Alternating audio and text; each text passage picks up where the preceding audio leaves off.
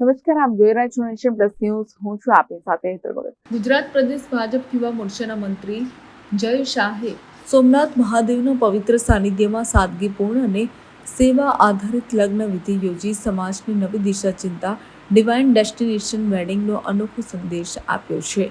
પ્રથમ જ્યોતિર્લિંગ શ્રી સોમનાથ મહાદેવના સાગર દર્શન ખાતે પરિવાર અને સમિતિ શુભેચ્છકોની હાજરીમાં વિવાહ વિધિ સંપન્ન થઈ છે. તો વડાપ્રધાનના આહવાન ઈશ્વર જ જોડી બનાવી મોકલે છે, તો લગ્ન ઈશ્વરના સાનિધ્યમાં કેમ ન થાય, જેને સાચા અર્થમાં ચરિતાર્થ કરતો પ્રસંગ જોવા મળ્યો છે. વર જય શાહ અને ડોક્ટર રચનાએ ભવ્ય રિસોર્ટ હોટલને બદલે ધાર્મિક સ્થળ પસંદ કરી સેવા અને સંસ્કારોને લગ્નની ઉજવણી સાથે જોડ્યા છે.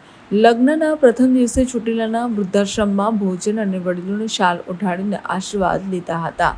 ઝુંપડપટ્ટીમાં ભોજન સેવા તેમજ પાંજરાપોળમાં ગૌ સેવા કરી આ પ્રસંગને સેવા દિવસ તરીકે મનાવ્યો છે.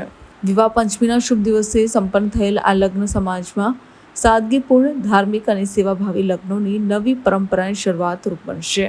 Mahesh Tode, nation plus news, Gir Somnath. સમાચારોના સતત અપડેટ મેળવવા માટે અમારી નેશન પ્લસ ન્યૂઝની યુટ્યુબ ચેનલને સબસ્ક્રાઇબ કરો, બેલ આઇકન દબાવો અને જોડાયેલા રહો ફેસબુક, ઇન્સ્ટાગ્રામ અને ટ્વિટર પર.